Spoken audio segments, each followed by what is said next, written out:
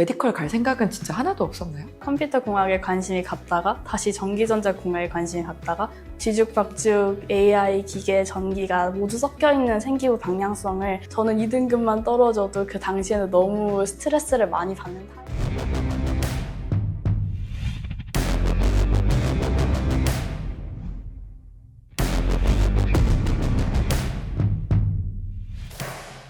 반갑습니다. 석소장입니다. 올해부터 메이저 리서치 합격자 인터뷰 콘텐츠 이하 합터뷰의 세부 진행은 이 팀장이, 인트로 진행은 석소장이 담당하기로 해서 이렇게 석소장이 인사를 드리게 되었습니다. 2025년 합터뷰 역시 기존 합터뷰와 마찬가지로 내신과 비교과 관리부터 시작해서 수시와 정시 지원 전략, 수립 방법, 자기소개서 및 면접 준비 방법 등 합격자들의 솔직한 이야기와 주관을 여러 관점에서 담아냈습니다. 그러한 만큼 당장 입시를 앞둔 고등학교 3학년 학생 이외에도 남은 기간 어떻게 비교과 방향성을 꾸려가야 할지 고민 중인 고등학교 1, 2학년 학생과 학부모님들께서도 지망 학과는 달라도 해당 대학교의 해당 전형이 어떤 인재를 선호하는지, 입학사정관도 주목할 만한 핵심 비교과는 어떻게 형성되는지, 수험생으로서 당시에는 몰랐지만 지나고 보면 아쉬움이 남는 선택 등에는 무엇이 있는지 등의 관점에서 차근차근 살펴보시는 것을 추천해 드리도록 하겠습니다. 2025년 메이저 리서치 합터뷰는 다음과 같이 수시 합격자 13명과 정시 합격자 2명으로 구성이 되어 있습니다. 수시 합격자 13명은 메디컬 계열 합격자 3명, 자연 이공 계열 합격자 8명, 인문 사회과학 계열 합격자 2명으로 구성되어 있고, 정시 합격자 2명은 자연 이공 계열 합격자 1명과 인문 사회과학 계열 합격자 1명으로 구성되어 있으며, 인터뷰 흐름에 맞게 각각 한 편에서 3편 정도로 나누어서 정기적으로 석소장의 입시생각 유튜브 채널에 게시될 예정입니다. 당연하게도 본 콘텐츠에 출연하는 합격자들은 모두 전년도인 2025학년도 입시를 메이저 리서치와 함께 준비했던 새내기 대학생들이니까 참고를 부탁드리겠고요. 추가로 간혹 합격자 후기를 살펴보니 모모 대학교 모모 학과 학생도 있는 것 같은데 그 학생 합터뷰는 없나요? 솔루션을 진행해서 합격하면 합터뷰를 무조건 촬영해야 하나요? 등의 질문도 받고는 하는데, 합터뷰 촬영은 석소장의 권유와 학생 및 학부모님의 자발적인 의사가 맞물려야 성사됩니다. 총장 장학생이나 전형 수석으로 합격할 만큼 훌륭한 생활기록부 스토리를 갖고 있는 학생이라 하더라도 영상 촬영은 부담스러워서 합터뷰 촬영이 무산되는 경우도 많고, 반대로 학생 본인은 합터뷰에 출연하고 싶어서 일정까지 확정했지만 학부모님의 강력한 반대나 급한 학교 일정 등으로 인해서 촬영이 무산되는 경우도 많은 만큼 메이저 리서치의 합격자는 본 합터뷰 촬영자가 전부가 아니라는 점과 세부적인 합격 사례 여부는 솔루션 안내 통화 단계에서 필요하면 바로 말씀드리고 있다는 점을 함께 참고 부탁드리면서 그럼 바로 시작을 해보도록 하겠습니다.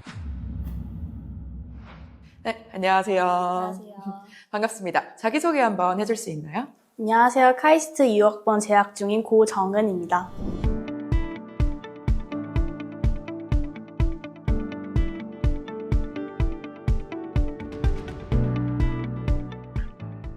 지금 무려 카이스트에 다니고 있는데 카이스트에 합격하고 나서 기분이 어땠는지 기억이 혹시 나나요? 제가 부동의 일지망이었기 때문에 너무 감격스러웠고, 그리고 무엇보다 한 번 더 하지 않아도 된다는 사실이 안도감이 들었습니다. 그리고 원서 접수 후에도 합격할 거라는 자신감이 전혀 없었기 때문에 정말 눈물이 주룩주룩 흘렀던 것 같습니다. 눈물까지. 네. 10가지 카드를 썼잖아요. 근데 9개나 합격을 했어요. 그중에 일지망이 부동이 카이스트였나요? 네, 맞아요. 저는 무학과를 너무 원하고 있었기 때문에 무학과 중에서 가장 연구 활동이 활발하고 실적이 멋있는 카이스트에서 같이 연구하고 싶다는 꿈이 있었습니다. 무학과나 그런 과학기술원을 좀 선호한다고 했는데 특별한 이유가 있을까요? 연구하고자 하는 목표가 에너지 관련된 분야인데, 에너지 분야 자체가 워낙 AI나 전기전자나 아니면 심지어 로보틱스까지 융합된 다학제적 분야이다 보니까 학과를 자유롭게 선택하고 복수 전공이 자유로운 과학위원이 가장 매력적이었던 것 같습니다. 선호하는 것처럼 종합대학교도 많이 합격을 했지만 포스텍이랑 과학기술원에 전부 다 합격을 거뒀어요. 그 특별한 비결이 있다면 뭐라고 생각해요? 과학기술원에서 새로운 분야를 개척하고 그 분야를 만들어 나가는 연구자를 선발하고자 한다고 들었는데, 인재상에 제가 좀 적합했던 게 아닌가 생각합니다. 메타인지가 좋아요. 생활기록부를 보면 근데 에너지 분야를 지망하기도 했고 메디컬 관련 내용이 거의 없는데 동국대학교 의예과나 대구한의대학교 한의학과도 썼어요. 그 이유가 있나요? 저는 사실 진학 의지가 거의 0에 수렴했는데 부모님과 선생님의 권유가 가장 컸던 것 같습니다. 근데 한의과 대학을 또 붙었잖아요. 메디컬 갈 생각은 진짜 하나도 없었나요? 네, 당시에도 그랬고 아직까지는 그런 것 같습니다. 한의과 대학이 좋은 선택지인 것도 맞지만 제가 한의학을 공부하는 게 전혀 그려지지가 않았고 어릴 때부터 과학을 공부를 하면 할수록 그 지식을 알 때 짜릿함이 있었어요. 근데 엔지니어가 흔히 평생 공부해야 하는 직업이라고 말을 하잖아요. 근데 그걸 마다할 이유가 없었던 거죠. 대단한 것 같아요. 아까 말했던 것처럼 무려 10전 8승을 했는데 아쉽게 서울대 전정이랑 동국대학교 의예과는 좀 불합격을 했잖아요. 그 이유는 뭐라고 생각해요? 서울대 같은 경우에 생기부에 뚜렷한 학과 방향성이 안 드러났던 게 불합격 요인이 되지 않았나 생각합니다. 왜냐하면 서울대 전기정보공학부 홈페이지에 들어가 보면 연구하고자 하는 분야랑 관련된 연구실은 3, 4개 정도밖에 없더라고요. 그리고 그마저도 제 생기부에 여러 가지 카테고리를 융합해서 연구하고자 하는 게 더 많이 드러났기 때문에 좀 적합하지 않다고 입학사정관님들이 판단한 게 아닌가 추측하고 있습니다. 그리고 동국대학교 의예과 같은 경우에는 카이스트를 합격한 이후에 수능을 치게 되면서 제가 수능 공부를 많이 소홀히 했는데 2점 차로 최저를 아쉽게 못 맞추게 되면서 탈락을 했습니다. 하지만 면접도 없고 수능 최저도 과학 탐구가 필수가 아닌 학교를 골라서 썼기 때문에 최저를 맞췄다고 해도 정말 합격했을지는 아직도 미지수인 것 같습니다. 내신이 좋아서 아마 합격을 했을 것 같기는 해요. 의지가 있었다면. 근데 전반적으로 성적이 진짜 우수한데 내신 관리 비결이 있나요? 정말 잘해야 한다는 생각이 강했던 게 화학이나 통합사회 같은 경우에 중간고사에서 2등급, 3등급을 받았어요. 저는 2등급만 떨어져도 그 당시에는 너무 스트레스를 많이 받는 타입이어서 기말고사 때는 그걸 만회하기 위해서 할 수 있는 거의 모든 공부를 하면서 혼자만 만점이 나왔던 것 같아요. 정말 잘해야 돼 라고 결과를 정해놓고 그거에 맞게 노력을 계속 퍼붓는 게 내신을 잘 받을 수 있었던 비결이 아닌가 싶습니다. 그러면 스트레스도 많이 받았다고 했는데 스트레스 관리는 좀 어떻게 했었어요? 관리가 잘 되지는 않았는데 성적이 잘 나오면 거기서 보람을 얻었던 것 같아요. 그래도 힘들었겠어요. 네. 네, 공부를 하면서 제일 자신 있었던 과목이랑 제일 없었던 과목이 있다면 뭐예요? 가장 자신 있었던 과목은 영어인데요. 영어는 유일하게 제가 어릴 때부터 학원을 좀 다녔던 과목이어서 쓱 공부하면 성적이 쓱 나오는 그런 과목이 되어 있더라고요. 근데 반면에 고등학교 1학년 때까지 저는 수학학원을 한 번도 가본 적이 없거든요. 그래서 성적표를 받아들고 충격을 받고 수학학원에 가서 열심히 노력했더니 고3 때까지는 성적이 그래도 많이 올랐던 것 같습니다. 확실히 들여온 공부량에 따라서 좀 자신이 있는 그런 게 바뀌었네요. 네. 그 진로 목표 에너지 공학과 관련해서 선택 과목이 최근에 좀 많아졌잖아요. 수강하고자 했던 특별한 과목이 있나요? 카이스트에 같이 지원하는 일반고 학생들이 모두 들었을 만한 과목은 다 수강하려고 했던 것 같아요. 미적분이라던가 물투, 화투, 그리고 확통도 안 하는 친구들이 저희 학교에 많았는데 저는 수강하려고 노력을 했고 진로랑 관련해서 좀 추가적으로 수강하려 했던 거는 공동교육과정 같은 거였어요. 응용 프로그래밍 개발이라던가 물리학 실험이라던가 정보과학, 인공지능 기초 굉장히 많이 수강하면 수강할수록 생기부의 진로 방향성이 잘 드러날 것 같다는 생각으로 수강을 많이 했었습니다. 힘들진 않았나요? 정말 힘들었어요. 따로 시간을 내서 수강을 해야 되니까요. 책임감을 가지고 약간 많이 견뎠네요, 전반적으로. 네, 맞아요. 그러면 그 공동교육 과정을 많이 듣는 거에 대해서 어떻게 생각해요? 의외로 저는 많이 듣는 걸 추천하지 않고 싶어요. 왜요? 왜냐하면 인공지능 기초나 정보과학 같은 과목이 학생들의 흥미를 많이 끄는 과목인 건 분명한데 그만큼 개론 수준에서 수업이 그치는 경우가 많아서 심화된 프로젝트를 넣기가 힘들었던 것 같아요. 그리고 선생님과 공동교육과정에서 만나게 되면 소통하기가 힘들기 때문에 아무래도 심화탐구를 어필하는데도 문제가 많았던 것 같습니다. 그러면 선택과 집중을 어느 정도 하는 게 낫다? 네, 그래서 저는 수원수투나 확통 같은 기본 과목에 자기만의 탐구 주제를 더 많이 넣고 공동교육과정은 양보다 질로 승부하는 게 맞다고 생각해요. 내신 선택 과목과 관련해서 추가적인 팁이 있을까요? 다른 경쟁자들이 들었을 만한 과목은 기본적으로 다 듣되 하고 싶은 프로젝트 위주의 수업이라면 공동교육과정에도 적극적으로 참여하는 게 좋은 것 같습니다. 제가 3학년 때랑 2학년 때 수학과제 탐구랑 물리학 실험을 공동교육과정으로 들었는데 한 학기 동안 걸친 프로젝트 수업이어서 제가 하고 싶은 관심사를 굉장히 실험 설계를 열심히 해서 논리적으로 결론까지 도출해내는 되게 유의미한 경험이었던 것 같아서 추천하고 싶어요.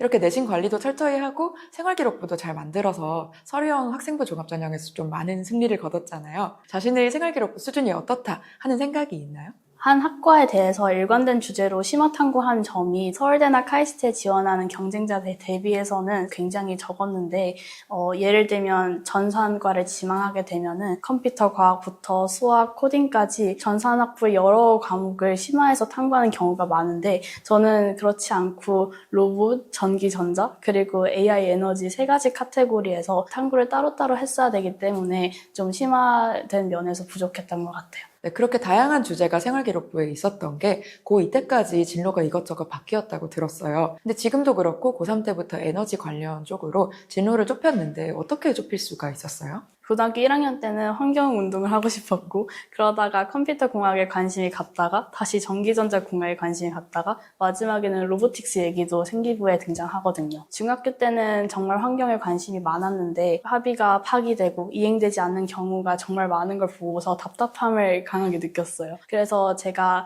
환경 말고 또 다른 사랑하는 공학을 진로로 삼기로 결정을 했었는데 진정을 원하는 건 환경 문제에 대한 해결책을 제 나름대로라도 내놓는 거였어요. 그래서 생기부를 위해 맞추어진 공학적 탐구만 해야 된다는 거에 좀 염증을 느끼고 있던 차였는데 생기부 도움을 받기 위해서 메이저 리서치와 자소서 방향을 상의하면서 제가 진로에 대해 고민했던 부분들을 모두 털어놓았고 제가 솔직하게 느꼈던 점을 모두 반영해서 환경 문제를 해결하기 위한 공학 연구를 꿈꾼다는 스토리를 잡을 수 있었어요. 뒤죽박죽 AI, 기계, 전기가 모두 섞여있는 생기부 방향성을 객관적으로 평가해 줄 수 있는 멘토가 정말 필요했는데 그 부분에서 도움을 정말 많이 받았던 것 같습니다. 그리고 사실 가장 좋았던 점은 저는 태어날 때부터 수학을 좋아했던 사람이 아닌데 저는 수학이 좋아요 라고 계속 말해야 됐던 건데 제 진로를 정하게 된 철학을 이제 더 이상 환경이나 공학 중에 하나만 선택해서 나는 이것만 좋아 라고 생기부에 인위적으로 적지 않아도 된다는 거였어요. 정말 감사하고 있습니다. 네, 그렇게 에너지 관련한 소신이 명확했는데 종합대학교 카드들을 보면 전기전자 위주 전공을 썼어요. 학과를 결정한 좀 근거가 있나요? 제 생기부에는 에너지 최적화랑 전기전자랑 기계 3개가 모두 다 있었는데 이 세 카테고리가 종합대학교의 모두 다른 세 학과에서 배우는 내용들이에요. 그래서 그 중에 하나를 골라야 하는 상황이었는데 전력망에 대해서 제가 연구를 하고 싶었기 때문에 전기전자공학부를 최우선으로 생각했던 것 같습니다. 서울대학교의 경우에는 에너지 자원공학과라는 학과가 따로 있어요. 집안을 탐사해서 광물 자원을 캔다던가 아니면 수소 에너지에 집중한다던가 하는 내용이 주가 있었고 제가 원하는 건 전력망의 에너지 효율 최적화였기 때문에 좀 더 기본적인 공부를 하기 위해서는 전기정보공학부에 지원하는 게 맞다고 판단했었습니다. 여러모로 진짜 과학기술원을 정말 원했겠네요. 네, 맞아요. 그러면 그렇게 진로가 조금 이것저것 바뀌었었는데 생활기록부는 좀 어떻게 만들었어요? 2학년 초반까지는 스토리에 상관없이 제가 하고 싶은 탐구를 진심으로 하면 탐구의 질이 좋은 걸 알아봐 줄 거라는 생각으로 정말 여러 분야를 탐구했는데 막상 대학교 원서를 쓰는 3학년이 되고 보니까 대체 무엇을 어디서부터 심화시켜야 하나 하는 걱정이 많았어요. 근데 메이저 리서치랑 상담을 하면서 고민했던 3가지 카테고리를 모두 가져가되 환경 문제를 공학적으로 해결한다는 목적의식을 어필할 거를 소장님께서 조언을 해주셔서 3가지 카테고리를 모두 버리지 않고 각각을 3학년 때 다 심화시키면서 자소서에 그 방향성을 담아냈던 것 같습니다. 네, 그렇게 3학년 때 진로 분야를 좀 좁히고 지금 카이스트 대학 생활을 얼마 하진 않았지만 했잖아요. 실제로 지금 어떤 진로 방향성을 갖고 싶다 하는 게 있을까요? 카이스트의 장점 중 하나가 창업가나 성공한 연구자의 강연을 굉장히 많이 접할 수 있다는 건데 얼마 전에 학교에 기후테크 스타트업을 운영하시는 분이 와서 강연을 해주셨어요. 고등학교 때 막연히 탐구하던 내용이 정말 현실에서 수익을 얻을 수 있는 사업으로까지 발전하고 있구나라는 걸 보고 굉장히 깊은 감명을 받았는데 앞으로 기후테크 관련 스타트업에서 에너지 자율화에 대해서 전문성을 갖춘 통신이나 AI 엔지니어로 일하고 싶은 소망을 가지고 있습니다. 1학년 때부터 너무 멋있어요. 그러면 카이스트 합격에 제일 영향을 많이 미친 것 같은 비교과가 있을까요? 3학년 1학년 때 수강했던 수학과제 탐구 세특이 가장 주요하게 작용했다고 생각합니다. 태양광 발전소의 데이터를 가져와서 그 데이터를 회귀 분석 모델에 넣고 그 모델의 결과를 분석해서 어떻게 하면 그 발전소의 효율성을 높일 수 있을지 생각해보는 탐구였는데 제가 추구하는 최종적인 목적인 에너지 효율화랑도 잘 맞고 데이터를 실제로 다루는 것 또한 에너지 효율화에 관여하는 엔지니어가 필수적으로 해야 되는 일이기 때문에 어려운 공학적 엔지니어링을 축소해서 한번 경험해볼 수 있는 좋은 시도였다고 생각합니다. 탐구 질도 높고 진로 방향성이랑도 완전 겹치네요. 네, 맞아요. 좋을 수밖에 없을 것 같아요. 그럼 개인적으로 이 비교과는 조금 아쉬웠다 하는 것도 있어요? 1학년에 자율에 써진 토론 내용인데 제가 토론한 내용을 약 1500바이트 정도 굉장히 길고 자세하게 근거가 모두 나열되어 있는 식으로 써져서 좀 축약시켜서 넣고 다른 비교과를 넣었더라면 제 능동성이나 제가 그때 활동을 하면서 생각했던 내용이 더 잘 드러나지 않았을까 아쉬움이 남습니다.